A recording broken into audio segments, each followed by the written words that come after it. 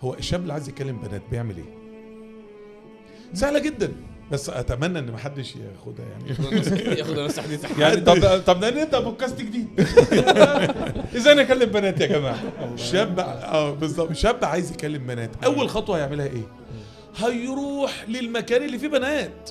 يعني انا واحد عايز يكلم بنات، الشارع مليان سناتر دروس مثلا فيها بنات مثلا، فكره ايوه. او ممكن انا تصدق فكره ده انا لو كنت عرفتها قبل كده. رقم واحد، هتروح لمكان فيه بنات اصلا. طيب رحت في المكان اللي فيه بنات وفضلت قاعد واقف، في حد هيعبرك ولا واحده هتبص لك؟ لازم هتبدا تلاغي. يبقى الخطوه الثانيه هتبدا تلاغي. طب لما بدات تلاغي، اول واحده لغيتها ده هيبدا يكتب اما بدات تلاغي، اول واحده لغيتها قالت لك بس لو ما كنتش تحلف، بصت لك من فوق لتحت وسابتك ومشت.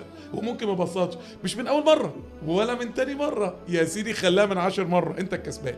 اول واحده عرفت تتكلم معاها، اول واحده انت تعبت كل ده عشان تتكلم معاها، اول واحده عرفت تتكلم معاها، لستة التليفون بتاعتها كلها في 5 دقايق بقوا صاحباتك.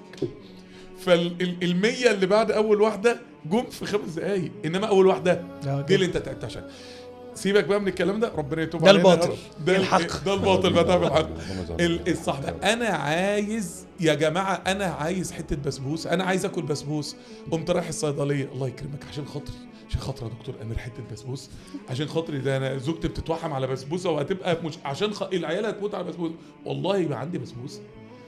هو ايه ده بقى؟ طب روح للعطار عشان خاطري بسبوسه يا عم، والله ما فينا بسبوسه. طب روح لعصاره القصب، انا عايز بسبوسه يا عم، البسبوسه عند الحلواني.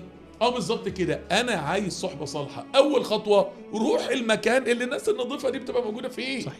الناس دي موجوده في الدروس، الناس دي موجوده عند الشيوخ، الناس دي موجوده في تحفيظات القران، الناس دي موجوده في الناس دي موجوده في بيئات الايمان، الناس دي موجوده في مسجد الكليه بتاعك او مسجد الكليه بتاعك، الناس دي موجوده في الاماكن بتاعتها يا جماعه، اللي هي اول ما تدخل كده. طيب هتدخل وتفضل قاعد ساكت؟ لا، لازم تلاغي بقى، ما انت مش جبار في الجاهليه خوار في الالتزام بقى، فانت ايه لازم هتلاغي.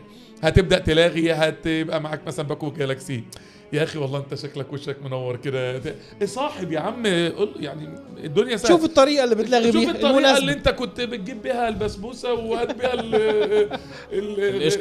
القشطه.